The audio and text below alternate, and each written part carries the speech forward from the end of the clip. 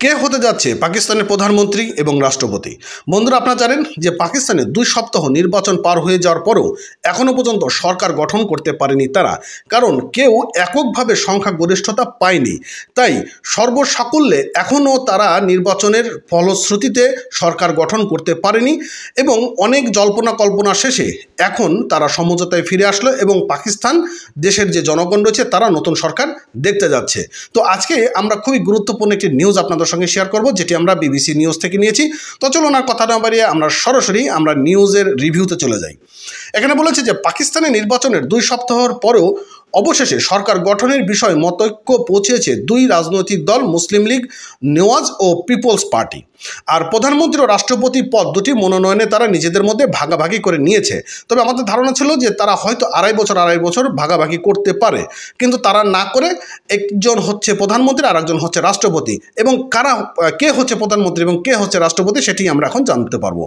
এর ফলে আসিফ আলী জারদারিকে রাষ্ট্রপতি এবং শাহবাজ শরীফকে প্রধানমন্ত্রী হিসেবে পেতে যাচ্ছে দেশটি। এবং ইসলামাবাদের জারদারি হাউজে মঙ্গলবার রাতে যৌথ সংবাদ সম্মেলনে পিপিপি চেয়ারম্যান বিলাওয়াল ভুট্টো জারদারি এই সমঝোতায় ঘোষণা দেন এবং 8 ফেব্রুয়ারি নির্বাচনে কোনো দল একক সংখ্যাগরিষ্ঠতা না পাওয়ার সরকার গঠনের মধ্যে তারা মতনৈক্য ছিল সেটির অবসান হয়ে গেল।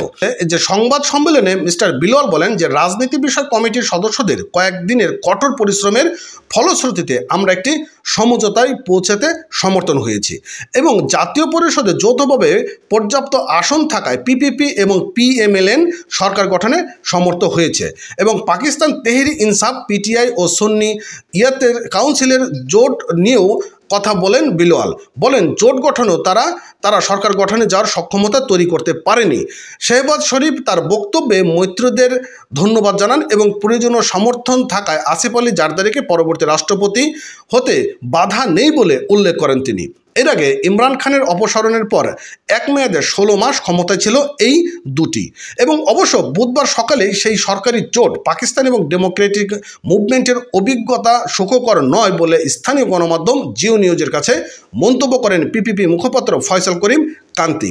এবং এখানে বলেন যে দেশটির সংবিধানে বলা হয়েছে যে ভোটের দিন থেকে 21 দিনের মধ্যে নতুন পার্লামেন্টের অধিবেশন ডাকতে হবে।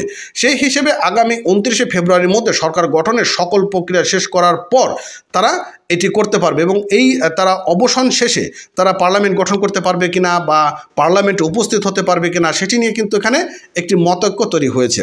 তো যাই হোক, সর্বসাকল্যে পাকিস্তানে একটি সমঝোতায় পৌঁছেছেন এবং তারা এখন সরকার গঠন করতে যাচ্ছে এবং আগামী দিনে পাকিস্তান যে সরকার পাচ্ছে এরা আসলে পাকিস্তানকে সামনের দিকে নিয়ে যেতে পারবে কিনা বা পাকিস্তানকে কোন পথে নেবে সেটি এখন দেখার ব্যাপার রয়েছে। তো সবাই ভালো থাকুন, সুস্থ থাকুন। ধন্যবাদ জানিয়ে এখনো মতন শেষ করছি। চ্যানেলটি সাবস্ক্রাইব করবেন। ধন্যবাদ।